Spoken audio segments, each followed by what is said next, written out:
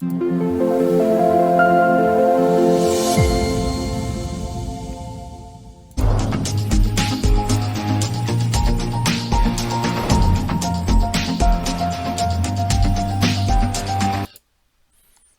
everybody. This is Justin Case and Scott Dudley with American Consciousness. Welcome to today's show, Scott. How are you? Welcome, Dustin. Yeah, I'm doing good. I am. Spring has sprung, and I'm always renewed. Even though research suggests spring is you know how everybody says like, well, the holidays, that's Christmas, and that's when old people die. It's Not springtime. Research says it's springtime. So if you can make it through, parenthetically, if you can make it through spring, you got it. well, Scott. Let's tell the truth. We're in the desert Southwest, and us old people die in the summertime. And I have to acclimate. Acclimating is really important to me. absolutely, dehydration hits us, and we start counting the days until that 4 day period of fall hits us. Last summer, I did the daily thing in the dog park every single day, and I discovered pickle juice. Pickle juice is my hero. Okay. No, it's how like the electrolytes, and there are various brands that sell drinks that are supposed to really get you going. Right. It's pickle juice. Well, Dill pickle juice is like instant. It's like you do a shot of it and you stop cramping like now. well, good. That's that. It is amazing. Even though we don't give medical advice, there's something that This people is should certainly try. not medical advice. But we should try it. This is deli advice. Yeah, exactly. Kosher deli. All right. Hey, Scott, what do we got this week? Well, it's funny because I was like trying to get here on time and I had bills to pay and I was running around and then I caught every single light coming back and about like and I started ticking up, right? It was like and I thought, you know what, this is perfect because we're going to talk about triggers, and me being delayed in traffic is a something that gets me going, gets my blood flowing, gets me aggravated, and that was a really good example. It's like I'd love to say that I'm coming from the perspective of I'm a trigger-free individual. Wouldn't that be nice? Well, I think we do our best to try and not be triggered. Well, that's a good question. That's an interesting kind of like rhetorical, right? It's like well, obviously we should try to like avoid it. Triggers are useful. And we used to talk about triggers as basically before the word triggering came out, things that activate you. And so, like a light turning yellow activates you. It says, "Oh, I better stop my vehicle." And it's that, but there's a little shot of adrenaline that comes with that. Now, what's happened is we've gone into a world where two things have happened. One, our access to potentially triggering materials has gone up exponentially. I mean, that's what the devices that we listen to stuff like this on carry. They carry the ability to bring us more triggering than we could ever hope to want to experience. So there's a deluge of potentially triggering materials. Um, so that's the first thing. The second thing is that we've stepped away from why it was important, why it works, and when it's important. And I think those are critical considerations in terms of how to manage your relationship with the things that want to get you going. With the world, so to speak. Right. Well, it's not medical, but it's how about psyops? There you go. I mean, let's talk about some people deliberately seek triggering. It's like that's their sales strategy. Well, absolutely. About 30 years ago, mainstream media took up that role to trigger us to generate viewers and attract advertisers. And it's I think we've all evolved into paying better attention to what rhetoric's coming out of some mainstream media's mouths, but we're reacting to it, or we have the potential to react to it, and that's just not good. I remember. Well, it puts us on a drip feed, right? We become almost seeking that sensation because it's like, if I'm not outraged, I'm not paying attention. Well, right, and even a remote reporter reporting on something, the first question they'll ask a potential interviewer is, "Do you feel you could cry on screen?" Right. Well, because if it doesn't bleed, it doesn't lead, right? Exactly, exactly, and that's sad. There's a lot of good news in the world. Yeah. No, I was in a thread the other day where somebody said, like, you need to be fully attentive and fully present and everything to whatever they thought the disaster was. And I was like, no, you know what? I'm just going to pet the dog. Yeah, exactly. And it was funny because then there were a lot of people on this thread, and all of a sudden everybody came in with, yeah, like being super over engaged when you're absolutely powerless to affect things can be like really stressful. I was like, yeah, exactly. Well, even when you have the ability to have an impact on things, it's still prudent to roll with the punches. Again, in that respect, it's kind of the serenity prayer, right? It's kind of, thanks to the 12 steppers for figuring this out. You know, give me the courage to change the things I can and the wisdom to accept the things I can't, Well, to be fair to the and let me ride with that. well, to be fair with the 12-step program, I don't think they coined that phrase, but they certainly own it today. They branded it very Yes, nicely, yes, and I think and it's important information. and so that's a consideration. So if somebody's taking notes right now and they think, you know what, my goal in life is to be a little bit less triggered, then one of the notes I think they could write down is this something within my power to change? And if not, then can I gently disengage from it, and not let it like eat up my nervous system. Well, Scott, is it dangerous to have too much empathy? Um, I would say that one of the trade-offs for empathy, there are a lot of people who seem to be non-empathic, and I would bet that as much as anything, that there's a certain amount of personal safety involved there, because you can't root for every underdog, because your heart's going to get broken 90% of the time. And so not rooting for underdogs becomes like a survival strategy. It's like you can, if you can wall yourself off from other people suffering, then, and just make it about you, then there's less suffering that you're going to, vicariously experience. So I would say yes. Okay. I would Well, say empathy can be. I would say people who are empathic are taking on a responsibility, and as long as they know the cost of that responsibility, then God bless them, because boy, I certainly want somebody to care for me. You know, I like somebody saying, "Hey, you look like you need a hug," and like, yeah, I hadn't thought about it, but yeah, now that you mention it. well, the vast majority of self-proclaimed people that are empathic, there's chinks in their armor. I mean, they ride a roller coaster. They have triggers. There's triggers that will put them in a mode of apathy. Well, and that is an interesting take.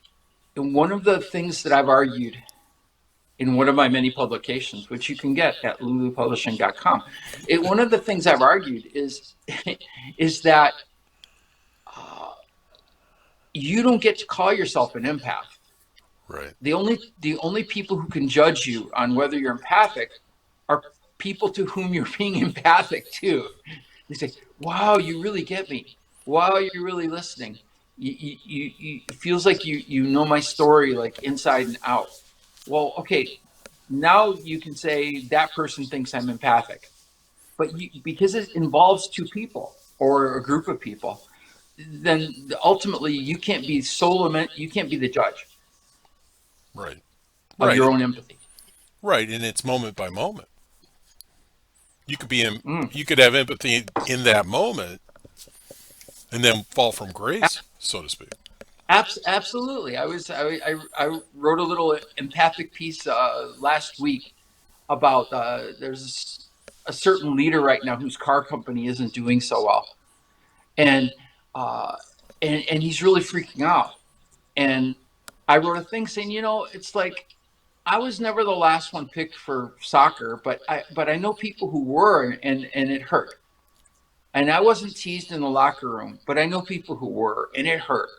And I just kind of started going like, okay, this person is acting out a lot of their pain, and if we could, if we could convince him that a hug would work, that might be a starting point in him feeling better about the world and not kind of just lashing out.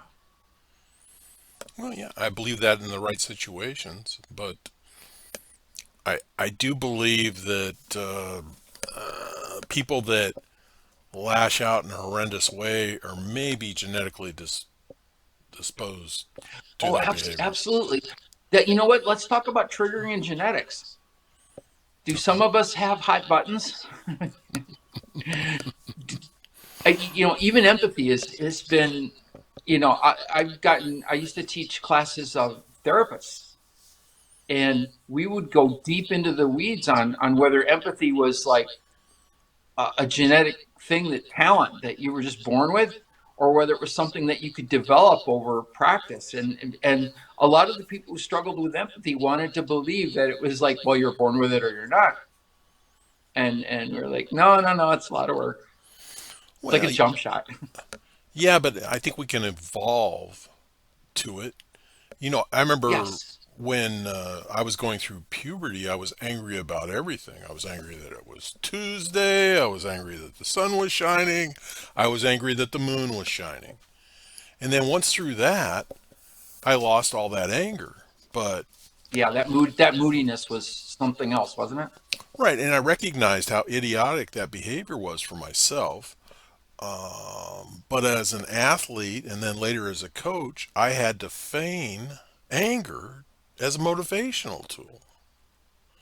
And when I was a competitive shooter, one of the greatest shooters in the country told me until I could use my anger in my shooting, I would never become a champion. And that's how he So you had motivated. to have like that deep, that ferocious motivation. Well, but I was competing with 14-year-old kids and 80-year-old men, and the 80-year-old man learned to shoot during the Depression so he could put the food on the table of his family. And the kid was just an innocent kid, and I had no capacity to go out there and be angry at them. It was just insanity to me. So angry that I turn away from the target and look at them and say, "You're next." Yeah, exactly, exactly, exactly. But it's funny. So I did evolve. I did evolve, and now I really don't even pretend to be angry. There's no That's point to interesting. it. Yeah. I would say for me, anger has been a good motivator in terms of wellness. And I know that sounds completely backwards, No, it's but interesting. it's me getting mad at myself enough to start monitoring my food intake or increasing my activity levels or even committing to a regular meditation practice. And it took that little kind of like almost self-disgust, like, are you not worthy of this kind of stuff? And why are you like not taking responsibility for your stuff that you could do? So a lot of third person work, so to speak. Well, and then you could unravel that. Well, I was going to say you can unravel that stuff and say, you know, who taught you that a bigger body is shameful or is less attractive? It's like somewhere that got embedded, because the minute I put on a little extra weight, I start like, you know, treating myself like I'm a kid, and I'm my own coach. Well, and then that pendulum swings both ways, and society has put pressure on people. It's actually killed young women and even Oh, some young absolutely. men with anorexia, and a lot of that anorexia was developed in society, Hollywood, Right. modeling. I mean, and I think we all can show empathy towards that. It's interesting to me, I think, that we look at emotions and we start value judging them, right?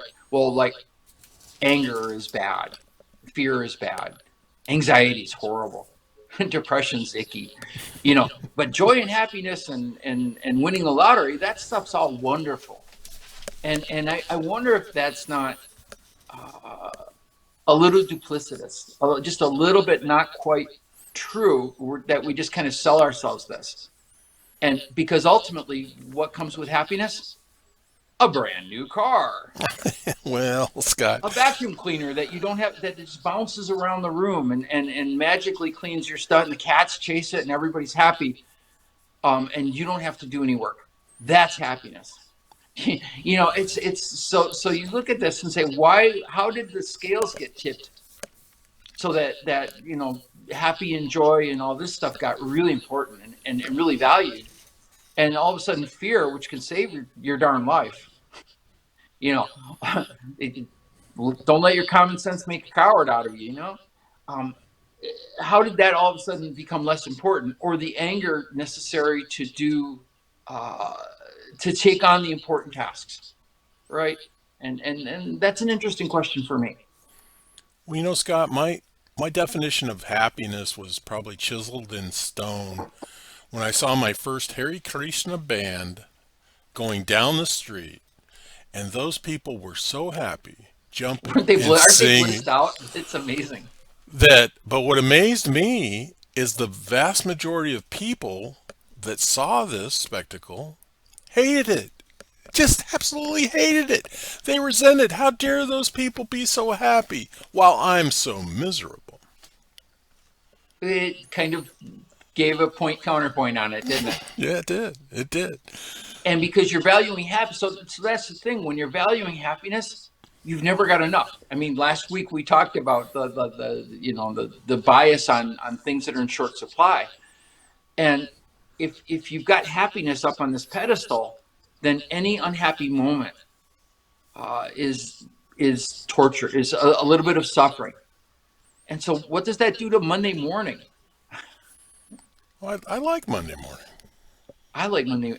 You should. I always tell people, you should make Monday through Friday the happiest days of your life, and that way, 5 days out of every seven are there. You're going to have wonderful, happy days, and that way you're not trying to put all of your happiness into the weekend because it's only 2 out of the 7 days, and so you're going to run a deficit over time. So Well, you should embrace joy in whatever you're doing, and try to really focus that onto your Monday through Friday routines. well, I would modify that a little bit for my audience. I'd tell them when you get on, you're going to need to rest on Saturday and Sunday. That indeed is true. But that's kind of the system that we're set up in, where they're gonna, you know, grind as much as they can out of you Monday through Friday. And if you're, trying to win the meritocracy prize, then you're gonna be a willing participant in that. And there may be some triggers there too. Some of us have boss triggers. I certainly had boss triggers. The boss would look at me a certain way, and I'd be like, "Oh, I'm going to work harder." Or going into the boss's office would be, for some people, it's like an anxiety meltdown, right? And they would come in like full hackles raised and all defensive and stuff, and it was because in their history, whenever they had like supervisory authority, whether it was their mom or dad or whoever coming into their lives, the outcome was always threatening. And so now it's like the boss says, "Hey, come in here. I need you to look at this." And they're like, I never had that. "Trigger, Never had that trigger." reaction. No, no, not you. Not yeah. I can see that you would not have those. Well, it's just that I never. But people do, and Instead of being triggered, I might be disappointed. So, disappointed in their perspective or the way they're handling the situation.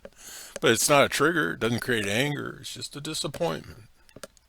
So here's something that we may all want to write down as well, and that is acknowledging that sometimes triggers work and are helpful. Which triggers do I want to be okay with, and then which are unhelpful, and how do I begin to step away from those triggers? So all triggers aren't bad. Right. Oh, Some triggers, absolutely. the horse, it was a good trigger. Roy, or you mean, Dale Evans, Roy Rogers, one of those guys. all right. Yeah, exactly. One of the old cowboys. Yeah. Well, no, it's, that trigger fight or flight can have a lot to do with survival. Fight, flight, or freeze. Now, this was an interesting one. I learned this in teaching. I was a teacher for a minute or two. And one of the things I learned in my teaching process was that one of the, we talk about teacher burnout, right? Well, Mm. one of the things you can do as a teacher is you can notice little glitches in what you're trying to do. There's always going to be, like, some kids not paying attention, some kids passing a note to the other kid, some kids is on his phone, and all of these little, or making a noise, and all of these little things count as like disruptions or glitches. And if you're a good teacher, if you're on it, if you're a caring professional individual, then you're dialed up and you see every single one of these things. Problem is, if you get a little jolt of adrenaline every time you see one of these, and they're happening constantly throughout the day, that's not what the adrenaline system is designed to do. So what you're going to do is you're going to create this kind of chemical toxicity it actually kills brain cells in your body by being constantly triggered by just boom boom boom boom all day long. And then when you come home, you are going to need to rest, and you're going to need those weekends. And somehow you're going to have to crawl under the blankets, because it's not like home life doesn't bring its own little stressors. Well, I could see in some instances, but if we think about the burliest of blue collar workers, and I'm talking about the gentleman that runs the jackhammer all day. When he comes home, every cell in his body is totally exhausted. A whole different kind of tired, but absolutely. And I would say they both count. You can wear yourself out mentally, you can wear yourself out spiritually, you can wear yourself out physically. And the Spirit? jackhammer guy's got to be careful, because you know what? You don't want to test those steel toes on a jackhammer. No, no, you don't. And they will, if you're not very attentive to detail, they will rattle you loose and cause severe brain damage. And I know Oh that yeah, because I was invited to run a jackhammer once, and I was a big, strong, burly person. And oh my gosh. so you thought you had it, right? You thought, I'm just going Oh, to pound. I'm going to come in. China's going to hear me pounding on them. right. Yeah, until the jackhammer gets stuck in 4 inch Yeah, yeah, concrete. And your only yeah, option is to use the jackhammer and try and extract it. yeah. Bad moment in time. That's a trigger. Nice, nice. Yeah. So triggers are fight flight. The trick about fight flight is that you have very little time to disrupt that biochemical cycle. It's designed to work really quickly. And so you can't like, oh, maybe that was a trigger. Maybe I should do something to undo it. No, you're triggered now. And if you can't stop and take, so one of the best ways to untrigger is breath. It's just breathing. And if you can instantly, whenever a trigger walks into your space, your perception, if you can instantly take a deep, calm, relaxing breath, you won't be triggered by whatever that was. You can interrupt it, but it's got to be instant. and typically even when we're trying to be instant, we're a little bit slow. And so at that point, then it still works, but you've already released the adrenaline in your body.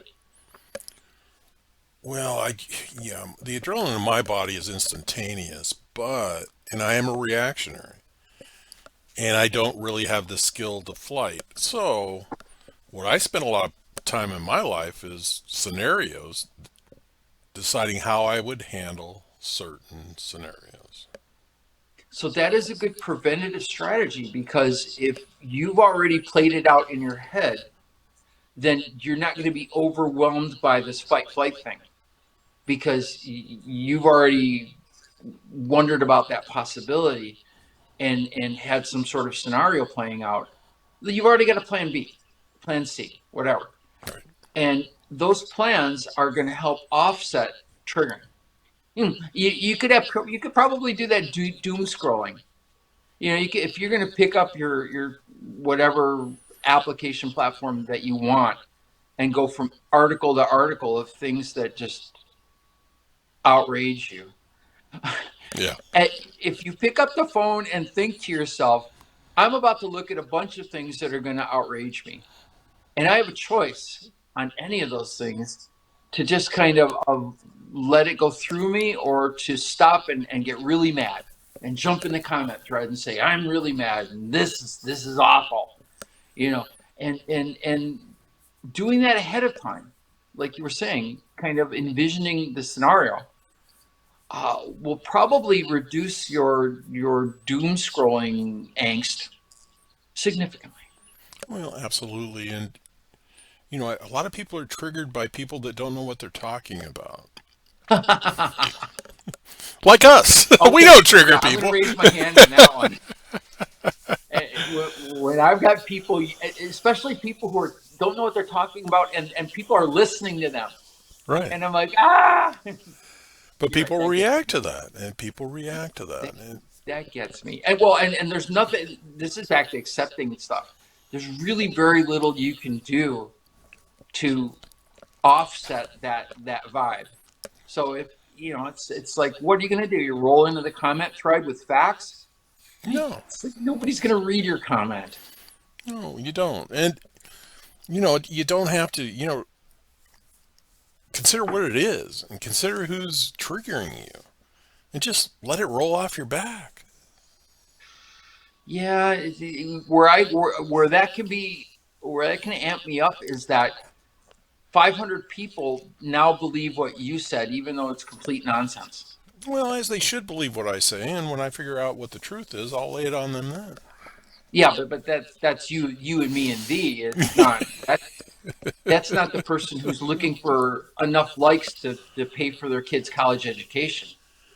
No, And they will say really incendiary stuff that's just nonsense. oh, And absolutely.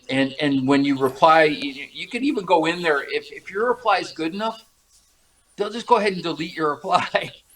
Well, they can do that, but managing YouTube channels, we get a lot of comments and we irritate a lot of people, and some In a of good them, way. well, in a we Like a we pearl. We're making pearls in their no little oyster shells. no we irritate them, and it's nothing. No, it's not a behavior we're proud of, but it helps the channel because their continued engagement runs the analytics up on the channel and is good for the channel. So once I Nice. sense that they're getting really angry at being jabbed, I have this nice little paragraph. I tell them, I do appreciate their visits and I appreciate their taking the time to make these comments, but they need to understand that they're just helping the channel. Nice. Well, and I would suggest, if you're feeling triggered, I mean, because you and I, we're like not we're not off the charts here. We're somewhere in here. And if what we're saying is triggering, one of the things that we've talked about a couple of times on this show is, if somebody says something and you're like, whoa, whoa, whoa, maybe they're right, and Maybe. maybe you've built up this whole structure around hiding from that, and now you feel threatened. Well, no, and I never feel threatened, and I don't, I hope that my behavior in these situations doesn't threaten others because that's certainly not the intent. Okay, maybe challenged is a better word. So sometimes you're challenged to evolve your thinking on anything, and it could be anything because we think about everything. And in those cases, sometimes it's nonsense, and you could just walk away from it, Right? take a deep breath, and sometimes there's some validity to it. And to be fair, I tend to react more to the stuff that's valid. And that's almost, I've learned over the years that if I feel like this, like, what are you talking about? I need to take a deep breath and check it out, because there may be something there that I've walled off, that I am not considering, or that I don't want to have to admit might be true. Well, you And know, that's hard. well, you and I were blessed because we grew up with a man that really helped us with our critical thinking, and that was Paul Harvey. Good day. Yeah, good day. But for fans of Paul Harvey, that's what it was all about. Let me lay this story out to you. Let me make you think about it, and then I'll tell you how it sorts out. And he would do total rope a dope, by the way. Oh, yeah. He would lay out this story that had you leaning in one direction, like, yeah, yeah, yeah, yeah, those are awful people. They need to just be taken out and thrown away. And all of a sudden, he'd come back after the thing and say, and these are the people who saved your mother's life. Yeah, exactly. Exactly. But I think it was a good educational platform for at least me. You know what? We should, American consciousness, nah, let's just call ourselves Paul Harvey version 2.0. Yeah, Would his family sue us for that? Probably. no, his family's they're pretty cool about pushing his legacy out there. So as long as we didn't offend them or offend him, Right? I think we'd Right. be okay. You know what? And I don't think, I'll be honest, I don't think much of the stuff that we do would offend Paul Harvey. I really think that we really try to hold as much of truth, as much of all the sides of it, as we can. And we're human, so maybe that is a little bit short sometimes, but I think Well, he'd appreciate our effort. well, I think he'd appreciate our effort, but I think if he joined us, let's just imagine that he was joining us in this conversation. Ooh, AI, we could do Yeah, this. yeah. He'd spend about 3 minutes of listening to us, and then he'd say, "Good day."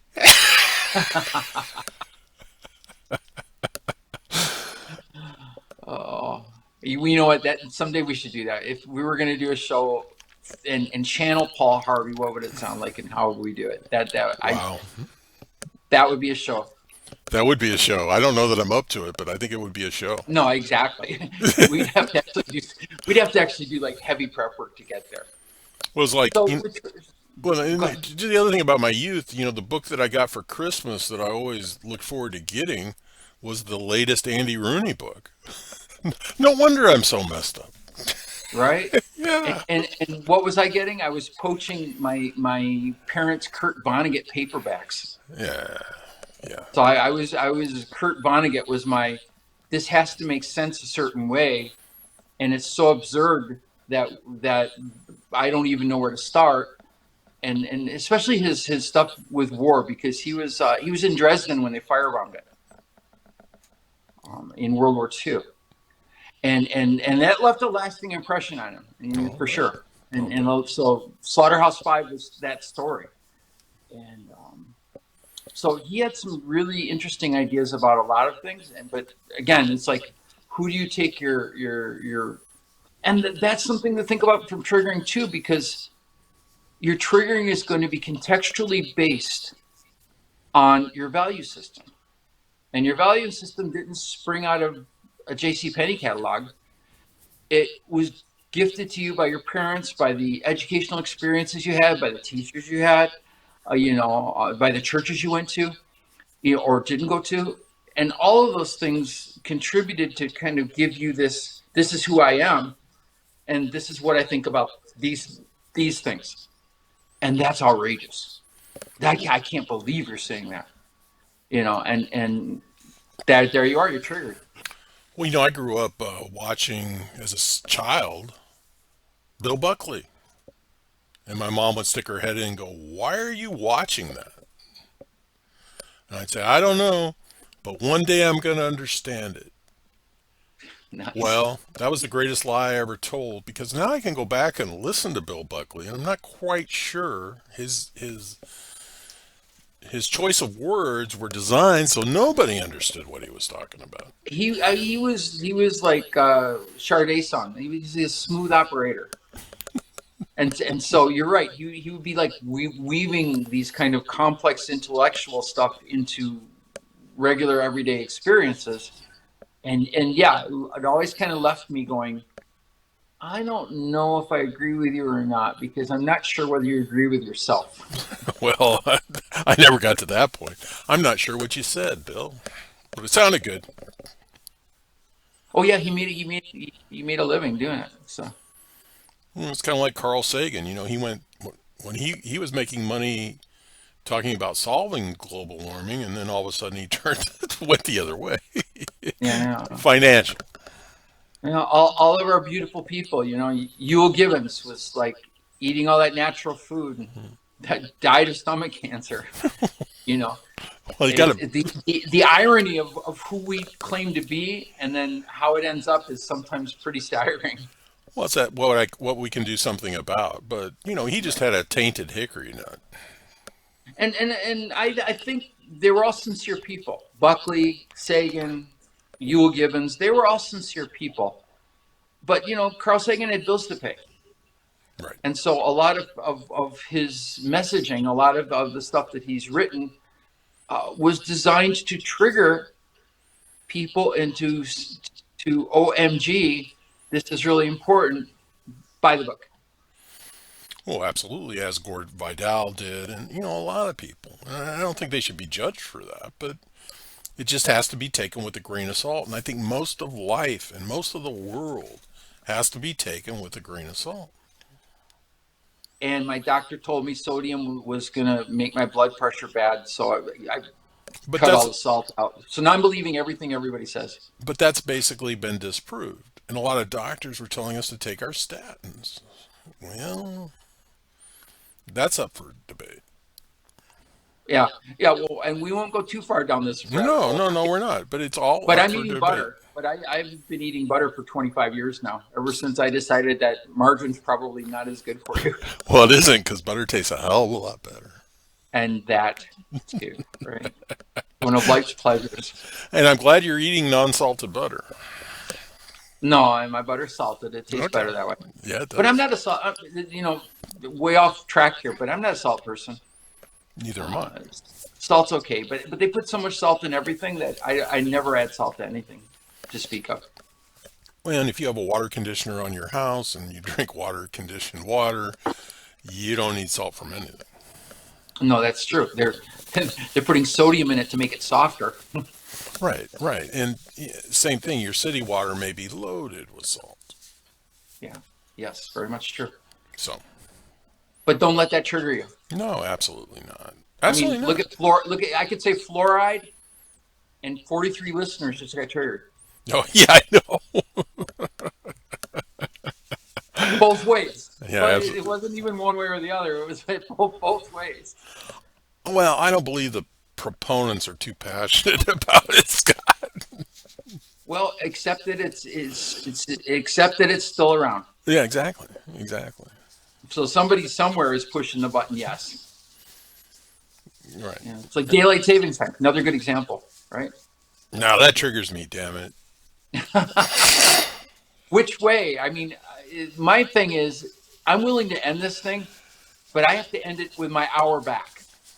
So I have to end it on fall back. I can't end it on spring forward because you just stole an hour of my life. I want it back. Well, it didn't start to trigger me until the voters of California voted to abolish it. And then the California legislature decided, oh, you don't know what you're talking about. And we kept it. And we voted on it again. And the voters abolished it. Well, we We did still, that. We did that in healthcare too. California was charging for universal healthcare, and it ran into the people who didn't want it to happen, and in the legislature, and the DOA, baby, DOA. well, and it's amazing. And maybe this happens in other states. I haven't seen it. But in California, You can vote for whatever you want, and then they'll tell you if you're going to get what you voted for. Yes, yeah, very, very, very true. They'll decide what's good for you because that's representative democracy, right? It's like you elect people to make those choices for you, not to like you don't get a direct say. Well, right, and I don't know when legislature season is, and nor do I know the bag limit. And I'll share that with a friend of mine that happens to be a legislator.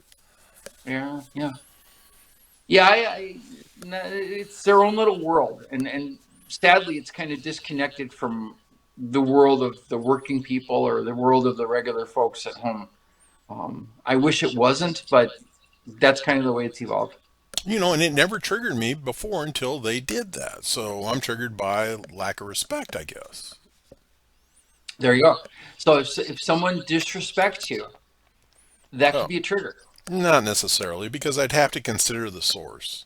There's some people, Scott, you don't want to respect you because of the Indeed, source. indeed, indeed. I'll agree with that. And, a saying I've been known for 40 years is you're judged by your detractors as well. Some people, you want them to be detractors. Yes, you're never going to have a consensus of 100% of the world nodding their head at what you say. And if you do, you're lying to somebody because that there's no way. Well, and if certain people agree with you, you have to you have to do some soul searching. Is that something that we could use as an identifier? If the wrong people are agreeing with us, then maybe our energies are misplaced on that. Well, absolutely, because two wrongs make a right. Maybe I don't know.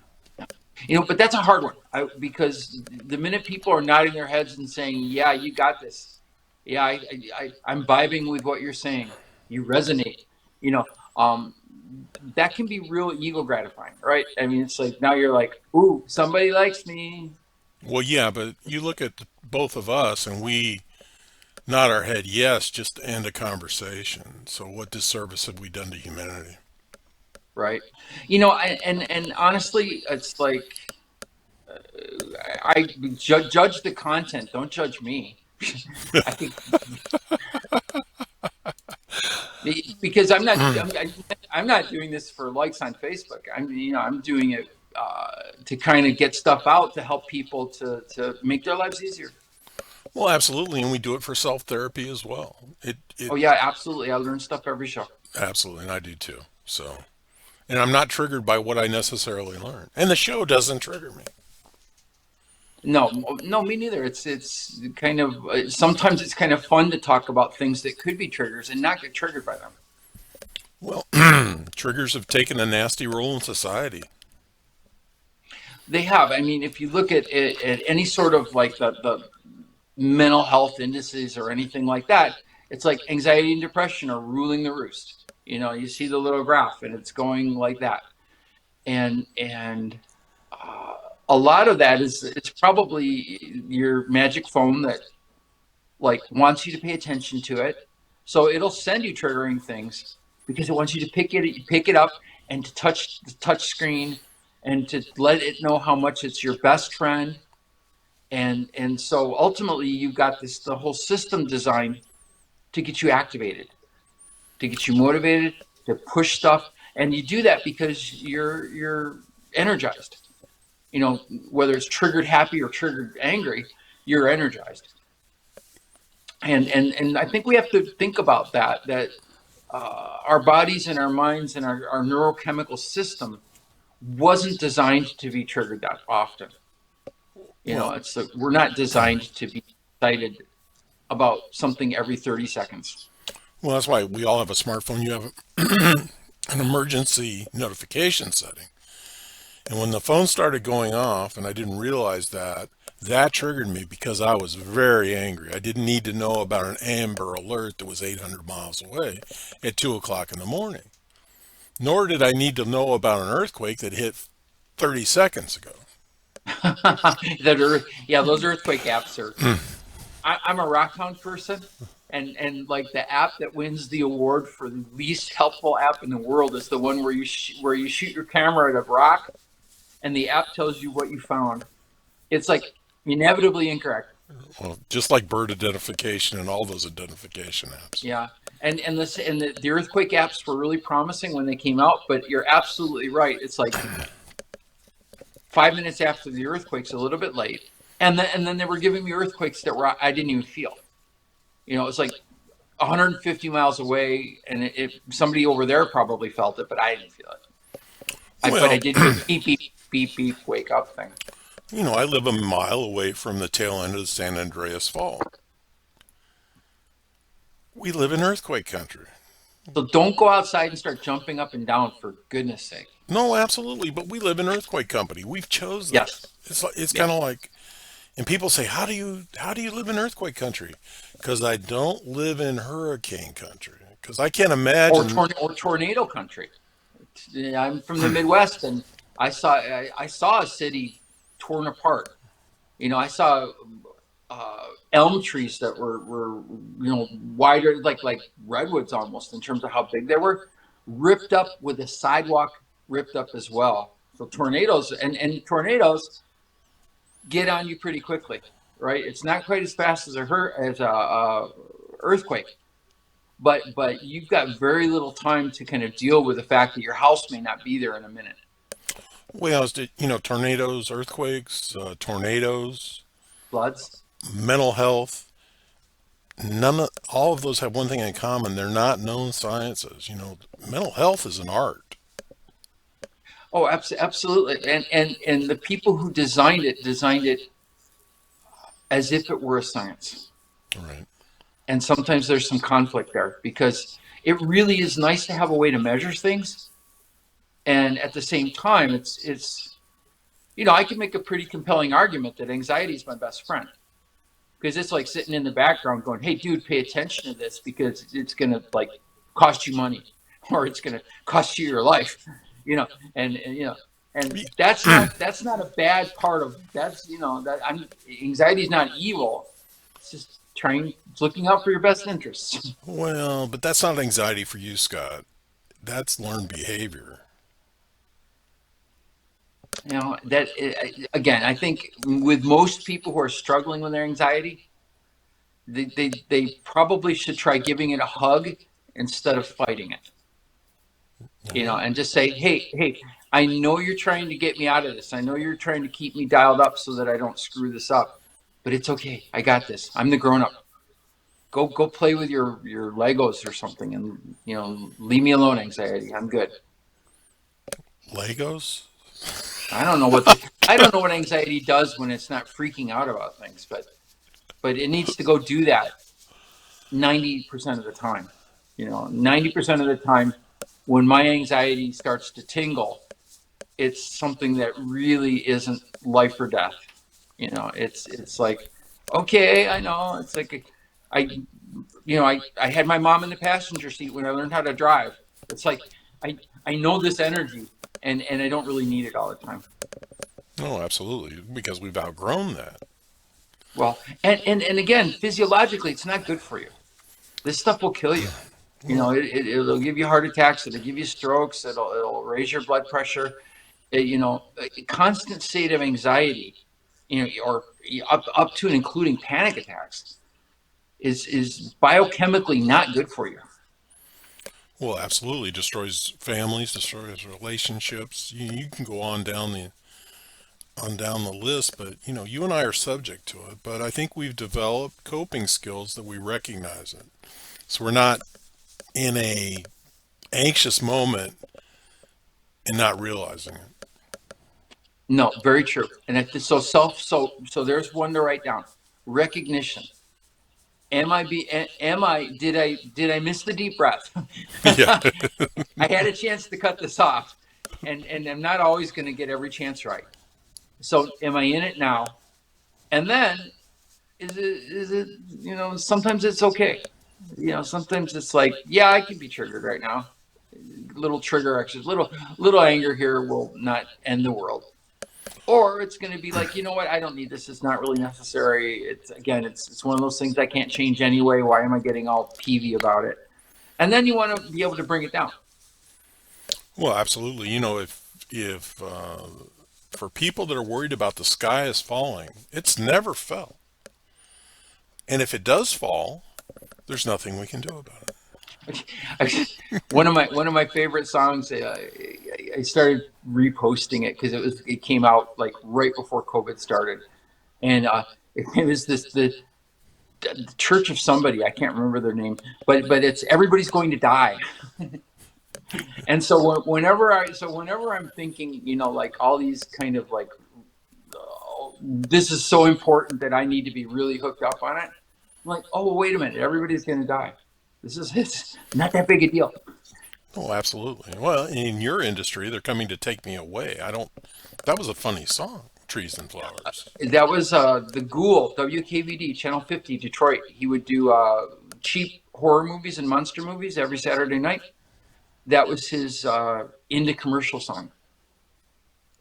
Well, good. So I heard that song over and over. I learned UHF antenna science so that I could watch that show from Lansing, which was about 75 miles away, on UHF because that was it was on Channel 50. It's a UHF channel. I learned it because it was so important to me. Out of necessity. I was measuring the meters on the antenna to get the right amplitude, and it was great. I was into it, like seventh grade. But you never got a ham radio. I did for a minute. I got one I could listen to ham but not broadcast ham, so I never got the license. Well, the license used to be pretty difficult to get, but now it kind of comes in a box of Cracker Jacks.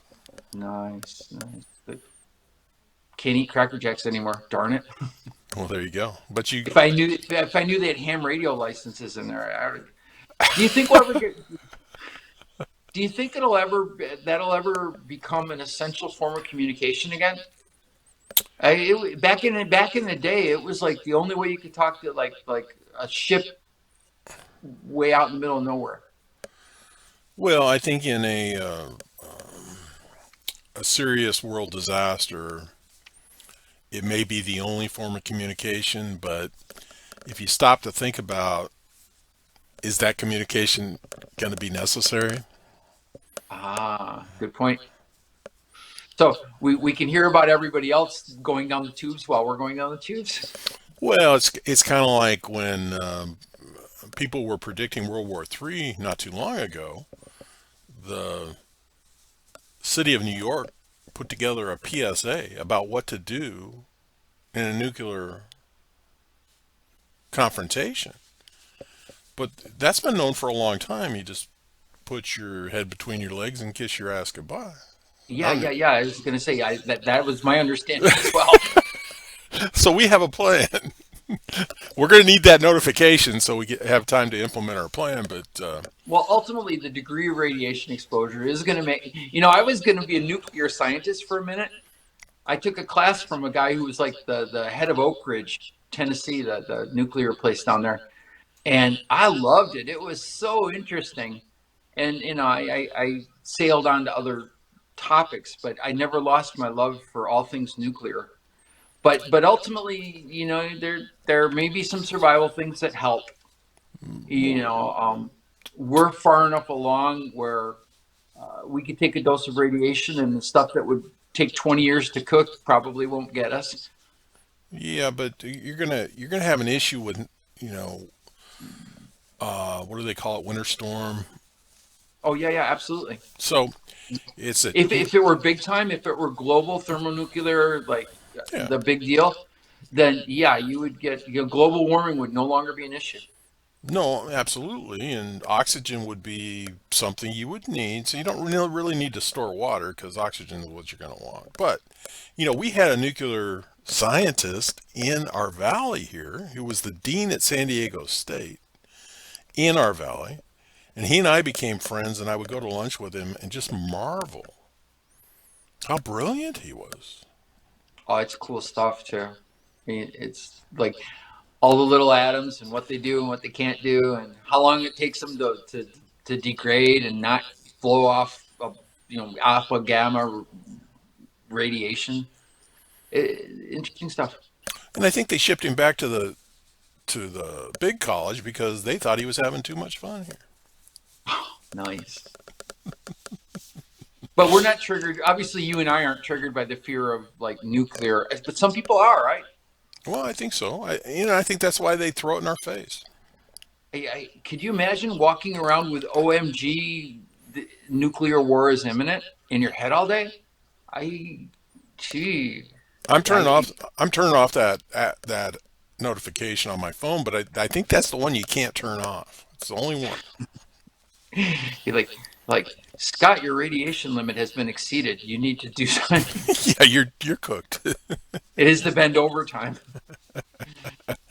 Well, back in the '60s, you hoped that you caught the missile because that would be the best way to go. No kidding. The long lingering radiation sickness death was not preferred. No. But this is a really good example of triggering. It's like, what can you do about that? Honestly, you write your congressperson and say, "Hey, don't let anybody push the button, please." You Yeah. know, that's probably not going to make much difference. Like, they don't really care what I think about anything. Well, So no. They do. They care about what the majority of their constituents believe because they want to the get majority of their reelected. donors, Yeah. okay, And constituents because they need to get reelected. And if we're going to have right? honest elections in this country again, they need to reach out to their constituents. Yeah, I don't see it as long as there's a lot of dark money in politics, and there's a trigger for me. It's like I don't see much legitimacy anywhere. It's if they're all singing and dancing, you know, what did Joe Walsh say in Rocky Mountain Way? Uh, Telling us this and he's telling us that, changes it day by day. It's like that. That well describes it to me. No, absolutely. And it's always been that way. I believe when they had their first election, Caveman Zonk was lying about Caveman Org and probably got Well, some elected. of it was was very interesting and stuff. But now I think it's the lies are not this versus that. They're this versus that. So it's like the people whose votes you need are being told, we're going to hold you, we're going to keep you safe. We're the government of caring, Yeah, well, and when push comes to shove, it is the government of caring for billionaires because they're the ones who are paying the bills. They're the ones who are funding the elections, and so is the right uh, to be if you're the funder, you should be able to get the benefits. Bottom line. and I think it's always been that way. Yeah, absolutely. But there were some guardrails, and the guardrails are diminished. Well, there are. And, I think there's people that are actively trying to do some correction if they can. Yeah. Well, Me, I wish them luck. no, absolutely. Any progress would be because I'm not going to welcome. get tricked because I'm not going to get triggered about it. Right. Until they tell us that they can't afford to watch our show anymore, then we'll be triggered.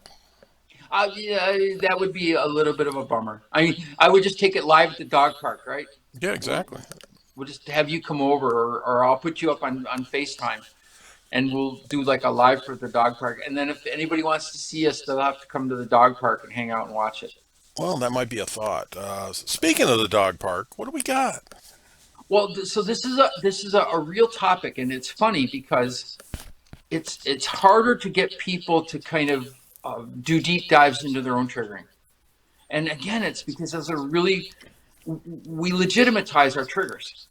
It's like, of course I'm outraged. I have every right to be outraged. And so it's really hard to begin to talk about those because you have to say, maybe I'm just kind of fooling myself on this, and maybe I don't really have that, and maybe I could just let it go. And so we didn't do a lot of kind of therapy in the dog park.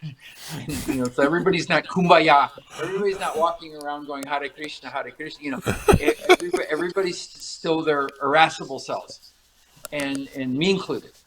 And so, but it is a very studied topic because who are we with at the dog park? Our dogs. Right. actually, some of us older people were saying that's now the new test for Alzheimer's.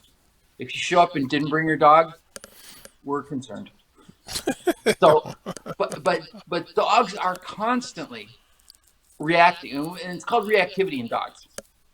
So dogs are constantly reading the room or not reading the room, and getting corrected and running into conflicts, and being activated, being triggered, and so we get to watch it every day, and then it becomes, does this dog learn over time not to put themselves in situations like this? So they learn to control their own triggering instinct, and then they back down, and the other dogs aren't mad at them because they were barking like a fool. You know, so that part of it's really interesting. And we'll at the dog car we talk a lot about. Oh, look, this dog react. There was a dog there the other day that is an older dog, and if it knows you, it wants like a face-to-face greeting. And a person who it knew failed to acknowledge the dog, and the dog reacted to that by jumping up and jumping on the other person's chest, saying, "Hey, I'm here. Pay attention to me." And it's funny because that dog only needs that one hello, and then you no longer exist. The dog will ignore you the rest of the time, but it needs that. And so and so we talked about that dog's reactivity, and the fact that you needed to be aware of that, because that was how that dog rolled. You know. Well, I don't know if we should have been triggered, but one of the cats who likes to go out and make friends brought another cat home and wanted that cat to come in with it. Hmm. And when we looked at it better, it happened to be a skunk. Beautiful. And the skunk was disappointed that it couldn't come in. Skunks make relatively good pets if you can get over the smell. Because eventually, once they're comfortable in your house, they're not going to be spraying. But even then, they kind of carry that skunky Well, thing. they dribble. They dribble on themselves a little Right. bit. Yeah. Yeah, absolutely. I actually like that smell. So that's not a triggering smell for me. So some people, when they smell it, they're just fushy faced. They're all like, "Oh, it's a skunk. This is horrible." For me, I'm like, it's a good trigger. I'm like, parts of my brain are lighting up that don't light up any other time. This is the only use they ever get is when I get a good whiff of skunk, and so I'm like, I'm just gonna enjoy this because they get a workout. Well, having been introduced to the Chicago stockyards at the ripe old age of 4, it's a smell that doesn't bother me at all. It's the smell, just like a skunk. A skunk is just a skunk. Yeah, it's interesting to me because each smell has kind of like a neurological signature, and so for me, there aren't really good smells or bad smells, Yeah, and there exactly. aren't even they're just smells. Right, right. And, you know, had an odor remediation company years ago, and we were dealing at the Phoenix Police headquarters because they had brought in a body in the trunk of a car in the summertime, and we got called to that high-rise building Yeah, because the whole that odor was the car was parked right by the air handlers of the building, and it had permeated the whole building. And when I got there, what surprised me is the vast majority of people couldn't handle it, and it was just an odor. yep, yep. But it was triggering to them in a Yes, negative way. absolutely. And they may have never smelled it before, but once they started talking about what it was, they reacted to Yeah, yeah, yeah.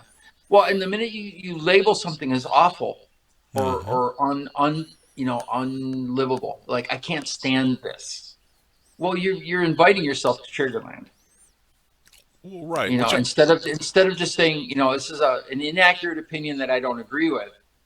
If you're outraged by that, then, it's a whole different level of emotional engagement. well, I have an idiotic trigger, which is the smell of cauliflower cooking. I don't That's like it. that's a distinct and not and less pleasant smell. I mean, I don't like go raging out of the room or anything. And I No, love cauliflower to eat it. So it's cauliflower season down here. So right. Well, I've been eating my share. and what you don't want a farmer to do is lose their market on cauliflower and just leave the crop in the fields to rot so that before they disc it under, and that smell will permeate for miles. We'll drift down the quiet, warm winds of summer But and it's sit on your house. but it doesn't hurt me. It doesn't make my eyes water. It's something that triggers me, probably from being a child and told that this was good stuff. Yeah, yeah. Next week we'll bring on a biologist to talk about what specific chemicals are in cauliflower that When may it's be rotting. bugging you. When Yeah, it's rotting. exactly. Well, no, because it's going to degrade into something, Right, and absolutely. there's something there that's distinctive enough that it puts a smell signature on it. Oh, absolutely. And we all have smells that, make us very happy, like cutting an alfalfa crop, and for others, it's not a happy experience. Right. I used to like this the smell of fresh cut grass until I had a botanist friend say that's a biochemical release the grass are doing to tell all their brothers and sisters that they're about to get their heads cut off and to duck. Wow. And I was like, oh, that's really I hadn't thought about that, but when the botanist explained, I was like, okay, respect. Were you a little more gullible in those days, Scott? I went to an agricultural school. I trust my botanist friends. I mean, he didn't say it that way. I'm embellishing the story, Well, I was going to but he say, said it was a biochemical stress reaction that was designed to alert the other plants nearby that the plant that released the thing had just gotten its head chopped off. I'm not. Well, that's interesting. I wonder what smell they release when the wind is blowing, because that would be a concern. Or if fire was coming. Imagine if the grass just burned up. The what it would be putting out there to the other No, grass. absolutely. That is very true. Well, and the other thing is that plants communicate by mycelium, so their root structures are intertwined, Yeah. and many times fungus is involved as part of that connected thing. And Yeah. so one tree knows when another tree is sick. So that would kind of kill the theory that the smell they're triggered by smells. They're of one anyway. So they would just talk via their roots. I'm not. Anybody out there that listens to this and tells me I shouldn't be laughing at what that botanist said. We're gonna get like an audience of botanists coming aboard in the comment section saying, "No, dude, totally on point." Well, no, I'll just channel my mom, who was a doctor, had her doctorate in botany in 1944 from Iowa University, which was a pretty good ag school back then. Yeah, and pretty botanist Yeah, oriented. yeah, yeah, yeah. Grow that corn, grow those soybeans. But no, it's just, I just don't picture you being gullible, Scott. And And you don't think it's a biochemical thing? no, no, No. no. I'm gonna go find the post 1944 research that indicates that. You do that. You do that, and I'll read it, and I will still laugh at it, and I will Uh, hope that it wasn't from some grant that research right. was done. Well, of course it was. That's how research happens. Somebody's got to pay for it. Right. And then the next thing, this is a bad bottle. This is a bad grape crop for the wine because the grapes got to talking to one another. And said, "Hey, we're just being abused here. We're the exploited worker population of the whole chain of vineyards." So it's not the grape grower, whatever that we call them. There's probably a word for grape growers. It's not their Right. Right. fault. It's a bunch of wayward grapes. Yeah. True story. I got rid of my lawn this year, and I planted a California wildflower meadow Okay. because I wanted more food for the bugs and food for the birds and just something different. So And they're no happy. more no more monoculture yard for me. Well, water is very expensive where we live It and is, and precious. well, and all those wildflowers are drought tolerant. So at the end of the day, I'll be watering less than I water my grass. Right, and there are grasses that grow no matter what you do. You may never water them for 20 years and they'll still grow. They call them weeds. Yeah, yeah, for sure. Well, Scott, have you Do they got? trigger you? Does yard beauty trigger you? Some people are really triggered by order. No, we gave up our yards with the strict limitations to water and the cost of water here. We just gave it up, the front yard. Yeah, yeah. When they started limiting our water intake, that was kind of when I started kissing my yard goodbye. And nobody thanked us.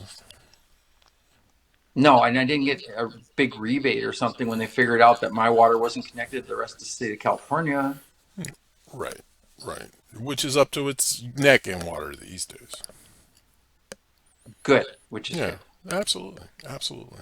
Well, why don't you leave us with a couple final thoughts, Scott? Tell us what we can do to better handle our triggers and recognize good triggers from bad triggers. All right, let's start with the obvious.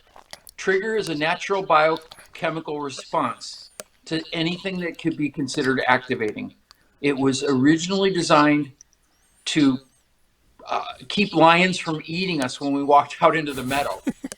That's You good. walk out into the and it's evolutionary. I mean, I know evolutionary is a hot topic, but the people who walked out into the meadow and were like, la la la, the flowers are pretty, the birds are singing, everything's wonderful, got eaten by lions, and so they didn't have kids.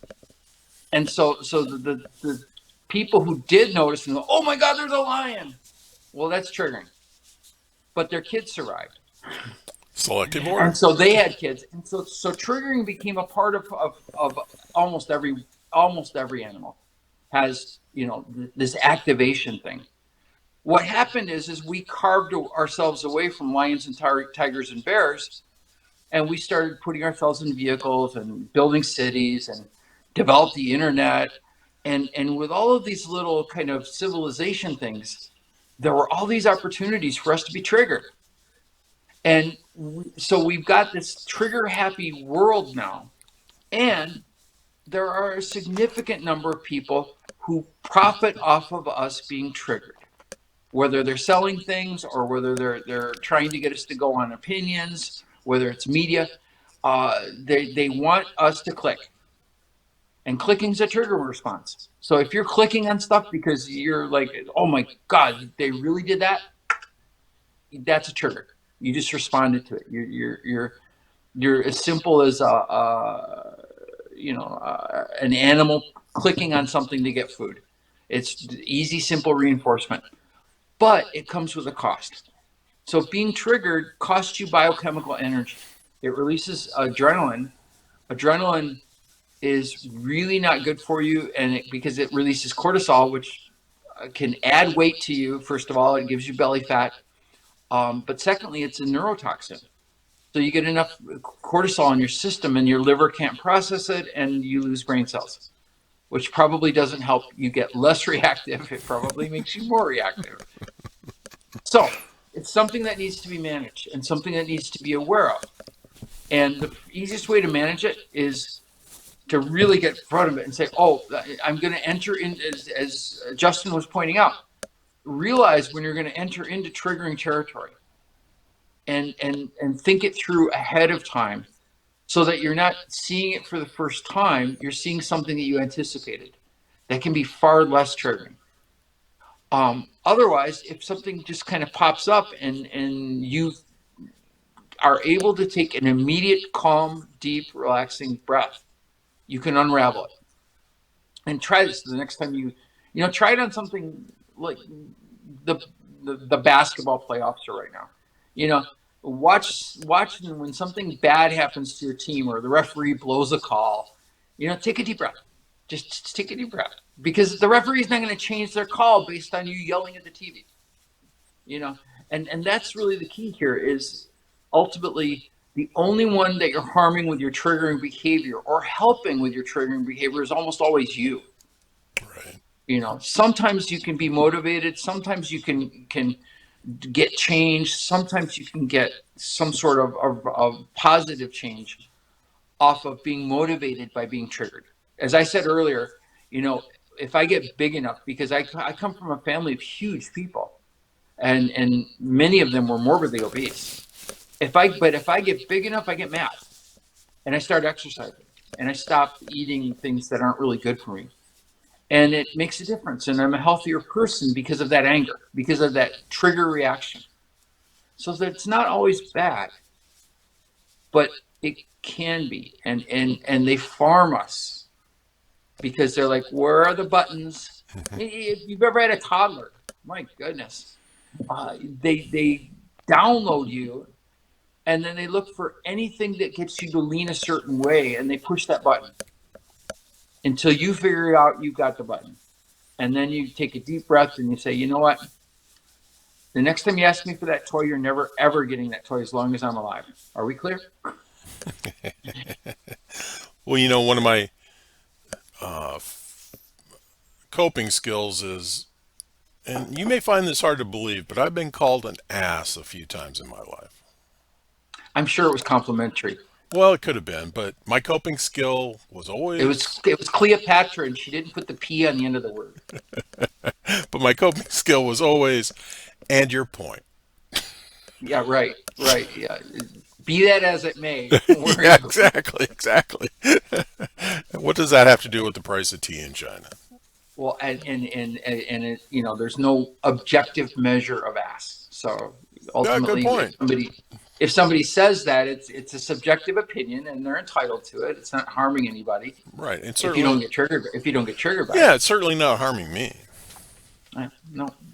Consider the source of the person. Exactly, judged by your detractors as well as your fans. So we walk around, and triggering is affecting our mental health. It's anxiety inducing, it's depression inducing after time because you just get wore out from being triggered. And we can self manage it. And we can self manage it by limiting our exposures. We can self manage it by learning how to not be reactive to things that previously were getting us to react. And we can run around and just be calmer and easier people. And like I said in that comment thread, no, I'm not going to get excited about this, and I'm not going to get outraged about it. I'm going to go pet the dog. Yeah, exactly, exactly. And your dog loves you unconditionally. Well, He sometimes he should, he should. dogs All are pretty good about that. Let's be honest, dogs are, but there's a little transactionality, so they love you more when you got treats.